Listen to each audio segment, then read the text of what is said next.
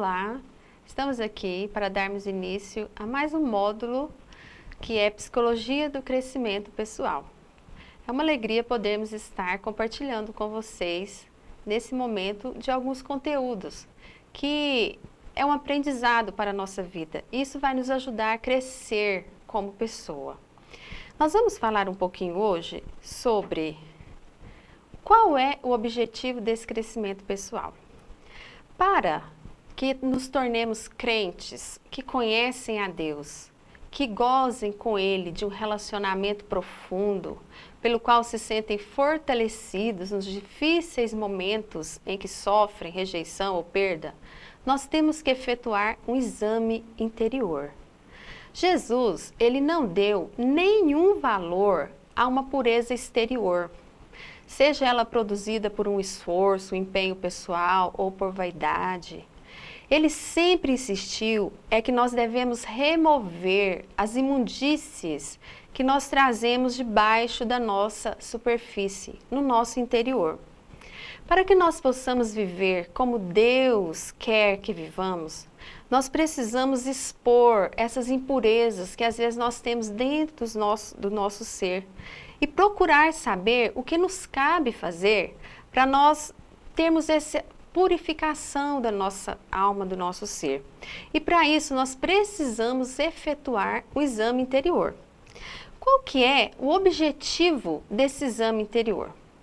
O objetivo do exame interior é levar-nos a enxergar o quanto nós dependemos de Deus e a entender o que significa confiar profundamente nele.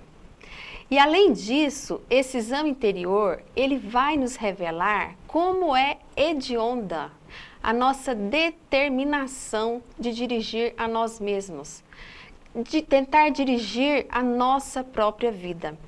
Tal revelação, ela nos impulsiona a um arrependimento profundo e a obedecer melhor a Deus.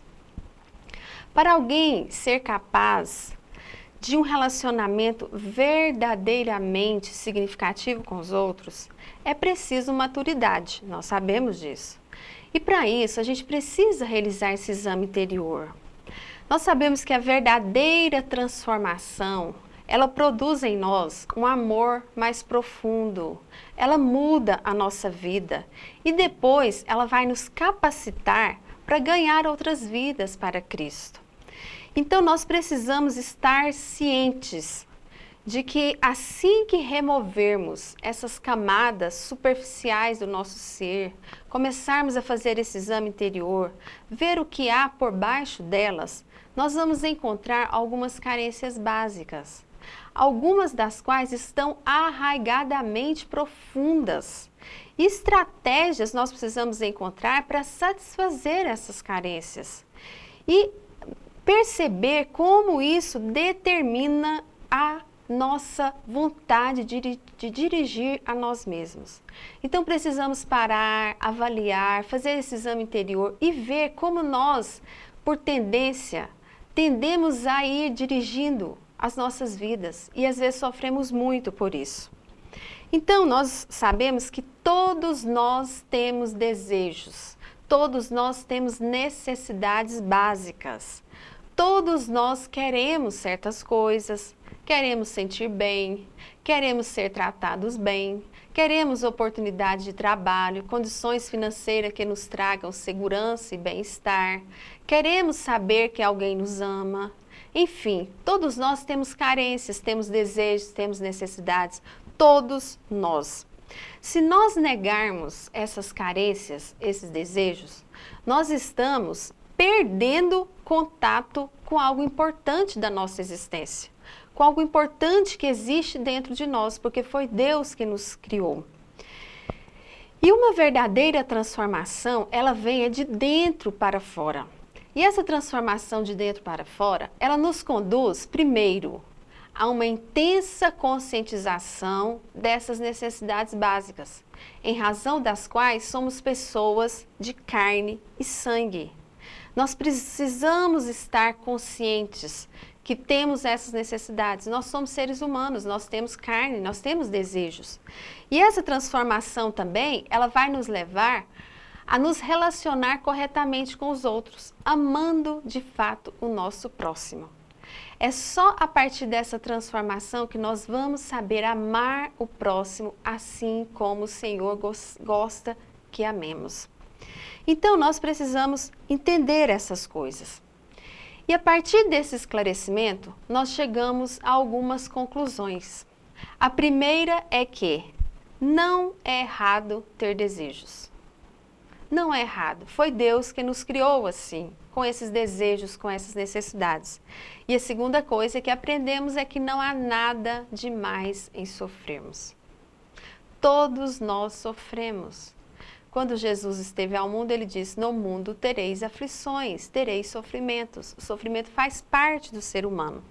Então, diante das lutas que todos nós enfrentamos em nosso dia a dia, é natural que a alma sedenta se mostre ansiosa para obter satisfação. É natural termos esses desejos e buscarmos satisfazê-los. Nós precisamos entender que essa sede, esse desejo, ele, quando não é saciado, ele se exterioriza em nossa vida. Quando os desejos não são concluídos, eles vão exteriorizar nos nossos comportamentos. Então vamos avaliar primeiro essa frase. Não é errado ter desejos. Todos nós temos anseios. Negar a existência deles seria ignorar algo que Deus criou em mim, em nós. O fato de que desejamos ser importantes revela duas coisas. Todos nós temos desejo de ser importantes. E o fato de desejarmos isso revela duas coisas. Primeiro, a sabedoria e a bondade do Criador que nos criou com liberdade. Foi Deus que nos criou assim. É a sabedoria dele que nos fez assim. Com esse desejo, nos sentimos importantes, nos sentimos pessoas de valor. E segundo, a separação que o pecado produziu entre nós e Deus. Às vezes nós temos desejo de sermos importantes porque nós estamos distantes de Deus. Quando entrou o pecado, ele separou o homem de Deus. E essa separação trouxe esse desejo a mais. Se nós não tivéssemos pecado, nós teríamos sempre a consciência da nossa participação no mundo de Deus. Em vez dessa angústia, desse desejo de encontrar o sentido da vida. Nós já estaríamos com Deus, não teríamos essas necessidades. Todos nós também fomos criados com a necessidade de nos relacionarmos bem uns com os outros. É uma necessidade que todas as pessoas passam. Tem desejo de relacionar bem. Queremos relacionar bem com as pessoas, que consigam conviver bem com todos os aspectos de nossa personalidade, sem nos abandonar, sem se sentirem intimidadas. Todos nós temos esses desejos. A maioria das pessoas tem pavor de se mostrar como são. Não por temer magoar ou decepcionar os outros, mas pelo temor profundo de que elas se afastem. Não que tenham medo de magoar as outras pessoas, mas medo que as pessoas venham se afastar dela. Porque elas têm necessidades de relacionamentos. Todos nós somos assim. Todos desejamos ser respeitados e ter vínculos com outros seres humanos. Jesus, quando criou o homem, ele disse: não é bom que o homem esteja só. Fez a esposa. E Deus disse para o casal: crescer e multiplicar. E Deus não criou o homem para viver sozinho. Ele criou o homem para viver em sociedade, se relacionando, interagindo uns com os outros. E com isso veio o pecado, separamos de Deus. E esse desejo que temos de relacionar, ele mostra também que nós desejamos causar boa impressão, desejamos relacionar bem, termos boa intimidade uns com os outros. E nós temos sede de algo que irá saciar nossa alma. E às vezes a gente busca isso nos relacionamentos. Essa sede na alma, todos nós temos. E o relacionamento vai nos ajudar a entender essa sede da alma. O Senhor Jesus, quando ele esteve na terra, ele conviveu com pessoas cuja prática religiosa era tão ritualista que a alma delas se achava como que anestesiada. Elas estavam presas naquele ritual. E para tirá-los daquele cerimonial morto e levá-los a uma experiência de vida conhecido por Deus, Jesus certa vez disse: se alguém tem sede, venha a mim e beba. Está lá em João 7:37. A orientação de Jesus não foi que nós negássemos a nossa sede. Eu não estou sentindo nada. Não é fingir que ela não existe, nem que preocupássemos mais com ela. Jesus não quis que nós negássemos, nem ficássemos o tempo todo preocupados com essa sede. Não. Mas o fato de Jesus nos chamar para ir a Ele, e Ele, reconhecendo que temos sede, Ele vai nos ajudar a preencher essa sede da nossa alma. Então nós precisamos entender, não é errado ter desejos. Todos nós temos e precisamos reconhecer esses desejos. A segunda coisa que nós aprendemos é que não há nada demais em sofrermos. Precisamos entender que nossas necessidades só poderá ser plenamente satisfeitas depois que Deus arrumar as coisas de acordo com os padrões dele.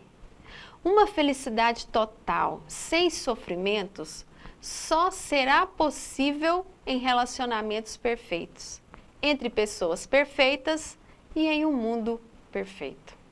Então nós precisamos entender isso, que as nossas necessidades só serão satisfeitas plenamente quando nós estivermos no mundo perfeito, com pessoas perfeitas.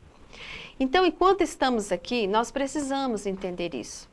Se dermos prioridades máxima a práticas cujas finalidades é suavizar as inevitáveis aflições decorrentes de vivermos nesse mundo caído, nesse mundo perdido, então nós vamos parar de buscar a Deus. Se a gente ficar buscando só satisfazer essas necessidades, nós não estaremos buscando a Deus. As soluções que Deus nos oferece para os problemas da vida não aliviam os sofrimentos, que no plano dele só serão removidos no céu. Alguns sofrimentos só serão tirados quando estivermos no céu. Porém, Cristo nos capacita a ser fiéis, mesmo em meio à dor. Se nós estivermos juntos com Ele, comungando com Ele, nós estaremos entendendo que Ele está nos dando força para nós permanecermos fiéis, mesmo sofrendo, mesmo passando algum problema, alguma angústia. Quem leva uma vida pecaminosa ou irresponsável, na verdade, está obedecendo a esse impulso de eliminar o sofrimento que é inerente a esse mundo. A pessoa às vezes busca no pecado satisfazer algo interno e eliminar esse sofrimento, só que não é eliminado.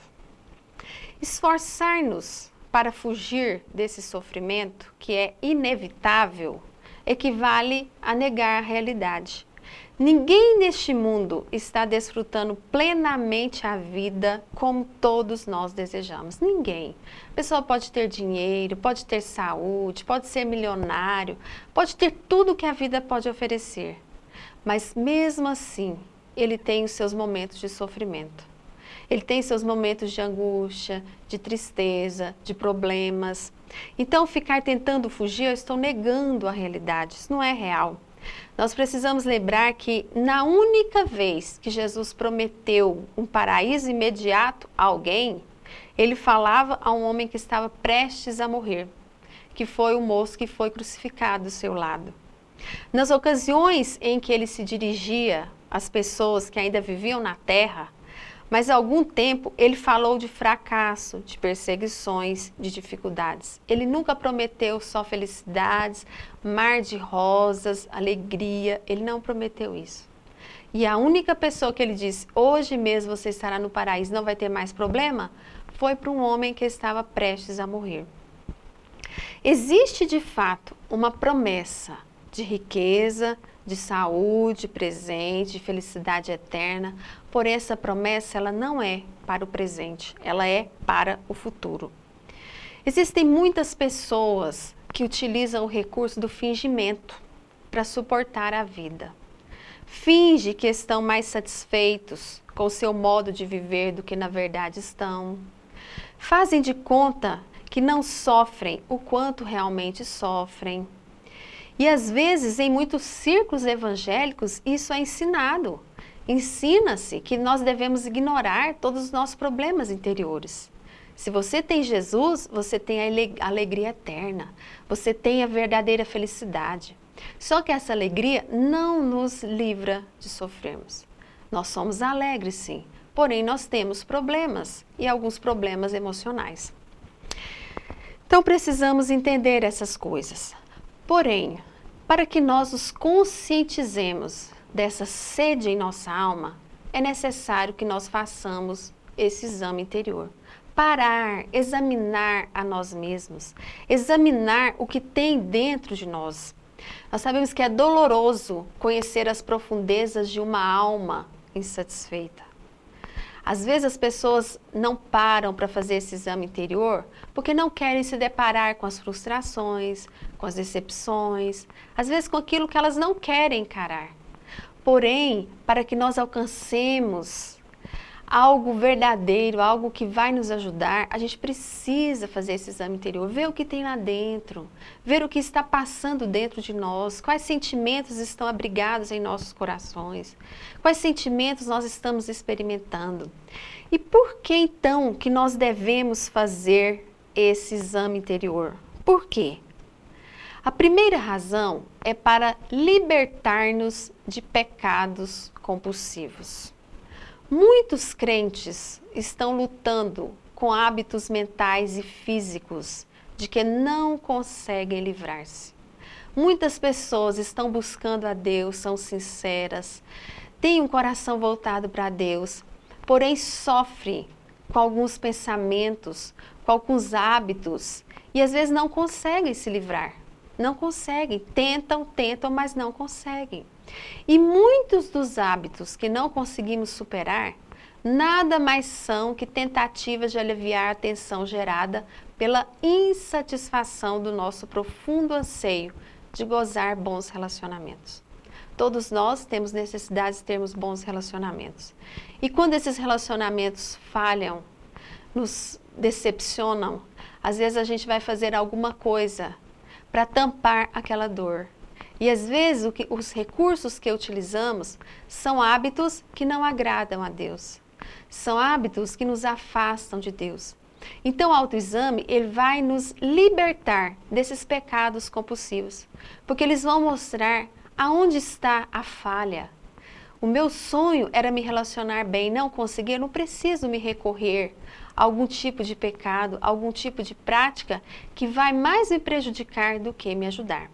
Então a primeira razão por que eu preciso fazer esse exame interior é para me libertar dos pecados compulsivos. E a segunda razão é ter uma compreensão mais ampla do pecado. Se não fizermos uma avaliação e reconhecimento daquilo por que ansiamos, não teremos uma visão perfeita das situações em que transgredimos a lei do amor, com o objetivo de nos proteger de sofrimento. Então, o autoexame, ele vai nos esclarecer o que é o pecado. O que o pecado gera em nós? Paulo, ele ensina que temos de considerar os interesses dos outros superiores ao nosso. A grande característica do cristão é um tipo de amor que dirige suas energias mais para os interesses dos outros do que para o seu próprio bem-estar. Então, Paulo, ele nos advertiu que cada um considere o outro superior a si mesmo, que cada um ame ao seu próximo, ame. Amar não é fácil. O pecado, às vezes, faz com que tenhamos ódio, tenhamos inimizade, mas precisamos fazer esse autoexame, ver onde estamos pecando, onde estamos falhando, onde estamos deixando de amar. todas as vezes que nós agimos motivados pelo nosso próprio interesse e não pelo interesse dos outros, nós estamos tentando amenizar a nossa dor dos anseios frustrados. Eu tenho um anseio dentro de mim que é frustrado e aí eu vou em busca dos meus próprios interesses. E isso não é correto. O Senhor Jesus, Ele ensinou que no dia em que Ele vier julgar os crentes, Ele irá examinar o interior de cada um de nós para ver o que há por trás dos nossos atos. Qual é a minha motivação? O que me motiva a ter certa reação? O que me motiva a fazer certas coisas? O que me motiva a ter certas atitudes? É o meu ego que foi mexido? Ou é porque eu amo o próximo e eu tenho alegria em estar com ele e me relacionar com ele? Então precisamos entender que o pecado, ele nos afasta de Deus. Precisamos entender isso e o autoexame vai nos ajudar a fazer esse discernimento, a termos esse discernimento. A terceira razão que nós temos para fazer o autoexame é buscar a Deus de todo o coração. Se não estivermos conscientes dos anseios do nosso coração, nosso interesse por Cristo não passará de uma esperança de ter os confortos materiais e satisfação no relacionamento com os outros. Quanto mais nós reconhecermos a realidade dos sofrimentos que se acham em nosso interior quando nós sofremos, mais intensamente nos sentiremos atraídos para a beleza de um noivo amoroso, que sempre corresponde ao nosso anseio com a força e ternura que o nosso coração deseja. Então, o autoexame vai me ajudar a buscar a Deus de todo o meu coração. Para conhecermos melhor essa nossa sede, nós temos que tomar 3 medidas importantes. Primeiro é reconhecer que alguns fatos nos perturbam. Tem algumas coisas que nos perturbam, sim. Nós precisamos encarar as questões difíceis da vida.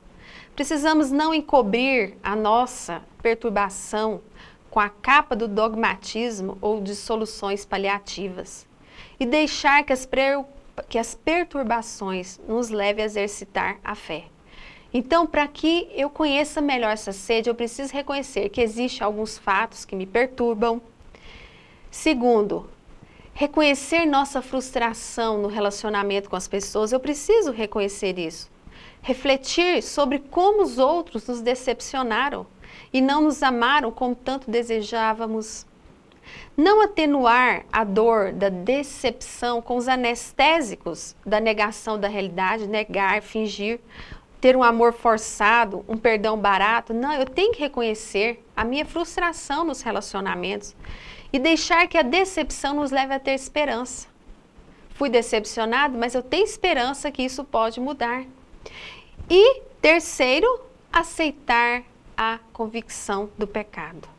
É preciso reconhecer o modo como nos mantemos distanciados das pessoas para nos proteger das decepções que elas nos causam. Às vezes o medo da decepção me faz afastar das pessoas. Não fugir da convicção de pecado, procurando ter uma conduta impecável. É preciso analisar os motivos que inspiram nossa boa conduta. Então eu preciso aceitar a convicção do pecado, não fugir dessa convicção do pecado, procurando uma conduta perfeita. E deixar que a convicção de pecado nos leve ao amor. Nós sabemos que a verdadeira essência do cristianismo é o amor. Então, que nós possamos reconhecer a nossa sede, precisamos fazer esse autoexame e tentarmos aproximar mais de Deus, porque é só Ele que pode preencher a nossa alma, só Ele pode nos ajudar a ter um crescimento pessoal, como pessoa, como filho de Deus aqui na Terra. Que Deus abençoe a vida de vocês. Deus abençoe.